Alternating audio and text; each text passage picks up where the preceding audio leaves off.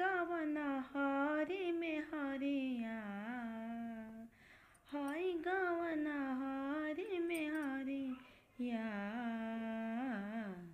जनी जान करिया करे जान, जनी जान करिया करे जान, हाय गवन हरी में हरिया, जनी जान करिया करे जान, जनी जान करिया करे जान। गवना करा के राजा जैब विदेशमा, नया नहरानी है कटिना कलेसावा हो। गवना करा के राजा जय